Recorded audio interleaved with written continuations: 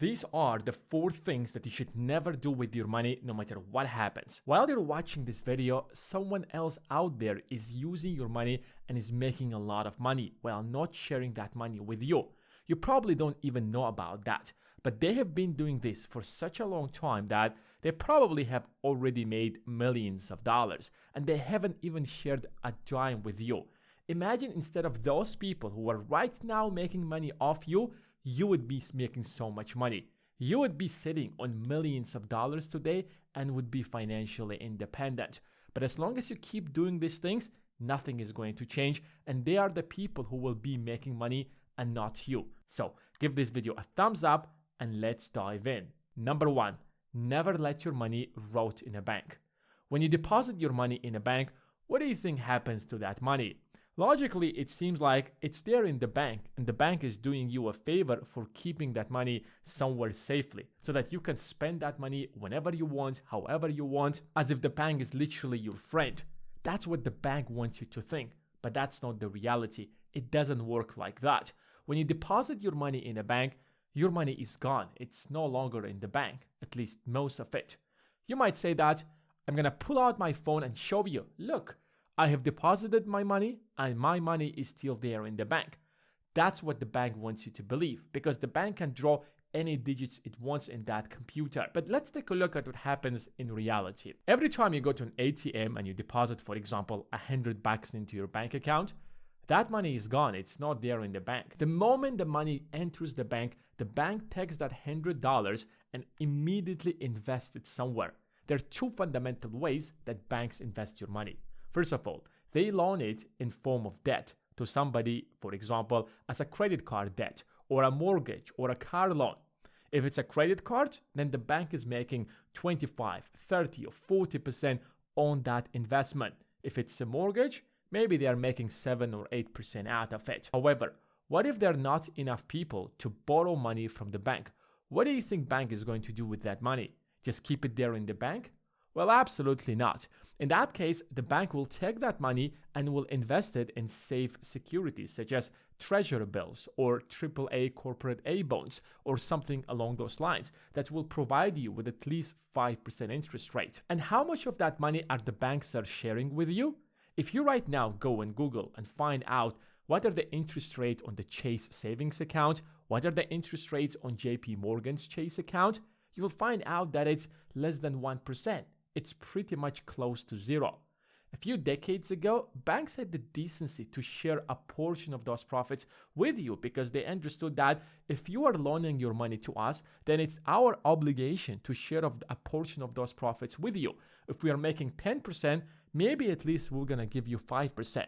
But they realized that most people don't know anything about investing. Most people don't really bother about that. So they will just keep their money in our banks anyways. I'm talking about the largest banks in the country, Wells Fargo, JP Morgan, Chase, whatever bank you can think about. So the question is that, who is going to profit from your money? Your money will be invested anyways, whether you are going to invest it directly somewhere or you will keep it in a bank and the bank will invest it. If the bank is going to invest your money, then you're not going to receive any profits. Think about how much money have you been keeping in a bank for the course of your entire life. If you're 18 or 19 years old, probably not much. But what if you're in your 30s and 40s? You probably kept like millions of dollars over the course of your entire life. Right now, there might be 20, 30, 100 or $200,000 worth of your money sitting in the bank and the bank is making 4, 5, 7 or maybe in some cases up to 25% on your money while you could be making that money. Do you see how smart banks are? And that's why Warren Buffett loves investing in financial institutions such as banks, because they have the simplest business model and yet most people don't realize that. Number 2, never let your money be eaten by inflation. If I would ask you, who sets the prices in the market? Now, some people might say it's the government, others might say it's the companies. But if it's the companies, how do you think they will come up to a price? They don't randomly come up with it. There is something called the market, and the market sets the price based on demand and supply. So if the supply of something grows exponentially, then its price is going to go down, and vice versa. If there is a lot of demand for something while the supply is limited, then the price of that thing is going to grow. Take an example of gold and stones. there are limited supplies of gold in the world, and that's why gold is so valuable, and people are willing to overpay for that piece of metal. On the other side, if you take stones, for example, nobody literally cares about them. They're thrown in the streets because the world is filled with stones. And now let's take a real example. Imagine we have an entire economy, and within that economy, on one side, we have 10 candy bars. On the other side, we have $10. So this is our entire economy. In this hypothetical scenario, one candy is going to worth $1, which makes sense, right? Because we don't have any more dollars and we don't have any more goods. This is the entire economy. But what happens if we suddenly throw an extra $10 within this system, within this market? Suddenly we have $20 on one side and 10 candies on the other side. In this example, suddenly the price of a single candy is going to be now $2. Price of the candy has increased from $1 to $2. But if you're going to be honest with yourself and you look at it from a real perspective, then it's not that the candy became better. It's not that the candy somehow became more tasty, that it's now worth $2, but simply because we have thrown an extra $10 within this economy. And that's why prices increase every single year. Within the entire economy, besides candies, we have cars, we have houses, we have stocks, we have everything else from smartphones to computers to different kind of electronics. And every single year, the government throws a bunch of dollars into the economy and the prices starts rising. So it's not that these things got better every single year, but because the government threw so much money within the economy. Prior to 2020, the government used to grow money supply by 5 to 7%, which is anything between $500 billion to $1 trillion. But in 2020, everything fundamentally changed because the government suddenly printed over $5 trillion in just 2 years, and money supply substantially grew, which is why if you remember what happened in 2020, house prices were decent, and suddenly in a matter of a year, house prices grew by 50 to 100%. A house that used to cost $500,000 now worth $1 million. A house that used to cost $1.2 million is now at a price point of over $2 million. And you're sitting out there and you're thinking, what exactly has happened? Why the price of this house substantially grew to this much? It's not that that house got bigger. It's not because that house suddenly became a mansion. It's not that because that house got some kind of renovation where an ultra rich person is going to live. No, simply because the government threw $5 trillion and now the economy has to adjust based on the number of new money that exists within the economy. And after 2024, the government went back to growing the money supply by anything between 5 to 7%. But because there is now so much money within the economy, that 5 to 7% now is $1 to $2 trillion. So if you are saving your money under the mattress or in a bank account thinking that you have so much money, the real value of your money is going down. This is the money supply. And from 2015 to 2025, you see that there is a sharp increase in money supply within the economy. But if you take a look at the second chart, that is the real value of the dollar or the purchasing power of the dollar. And every single year, that purchasing power, or in other words, how much things your dollar can buy, is going down substantially. So one graph is growing while the other is going down. Most people are working super hard and trying to save as much money as possible. And that is great because you are far better than the people who are living paycheck to paycheck. But that money that is being saved and you're keeping it under your mattress or keeping it in a bank, their real value, the purchasing value of those dollars, are going down. Number 3, never let your money to be a source of your dopamine. Dopamine is a chemical in your brain that is responsible for your motivation. So anything that motivates you boosts your dopamine. It could be a tasty food, or winning a game, or doing anything that is enjoyable to you. That is why some activities are actually much more enjoyable than others. Some activities boost your dopamine substantially, other activities not that much. So if you ever feel unmotivated, if you ever feel lazy, if you're procrastinating, then most likely your dopamine levels are high. But it's extremely tricky because some of these activities can boost your dopamine substantially with very little action, while others require a lot of effort. Take an example of social media.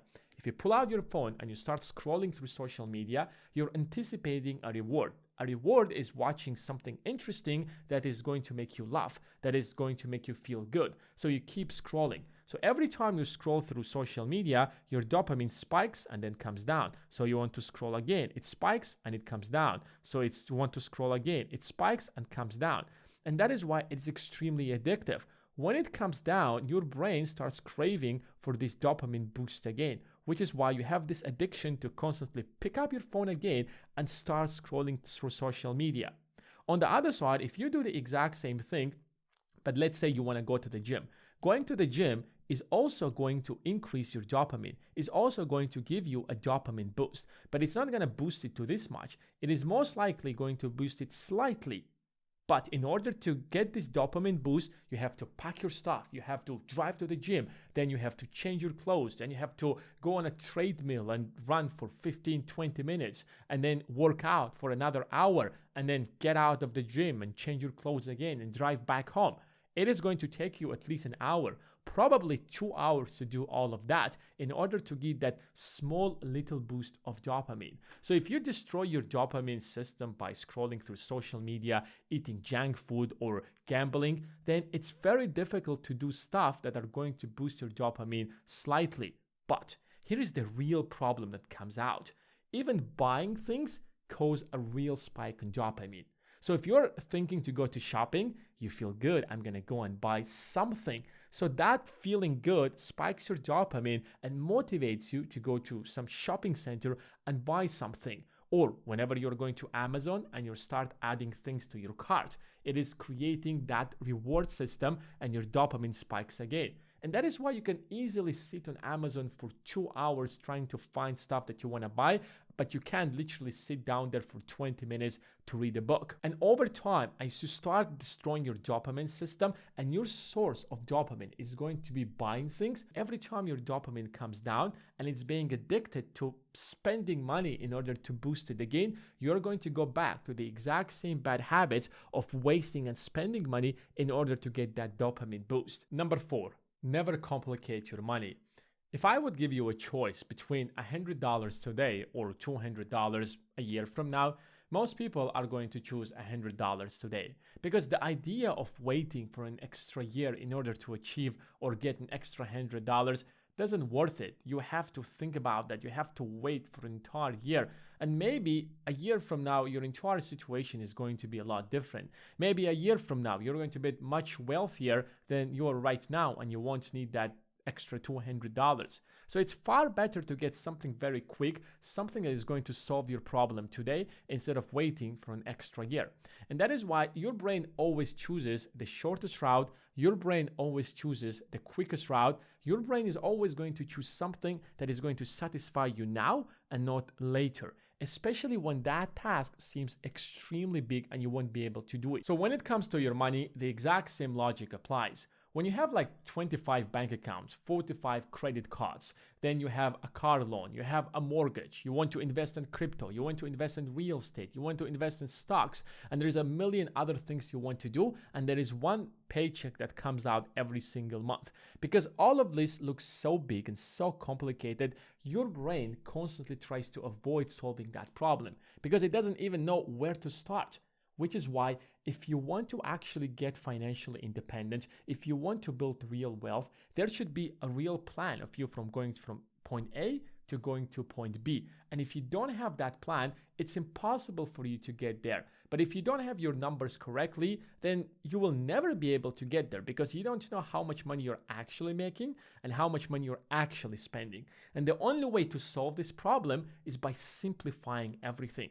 Do not have like 45 credit cards. Have one, or maybe at best case scenario 2. Do not have multiple bank accounts. Do not have a million other subscriptions. And do not try to invest in everything. Don't go into real estate in one side and you are trying to learn everything about crypto and then part of your money goes into different kind of individual stocks. You're complicating everything to the point that even the idea of managing your money becomes so difficult that you won't be able to do that. If you want to invest, which is a really great thing to do, simplify your investment. choose one or two investment methods, choose one or two investing strategies, and stick to that strategy for a long time until it gets you to the desired results of getting you to financial freedom or making you millions of dollars. Investing might seem complicated. Investing might seem like gambling, especially when you take a look at the stock market that jumps up and down every single day. But if you know what you are doing, you understand why all of these banks are spending your money, using your money to invest in the stock market, which is why the total value of the market have crossed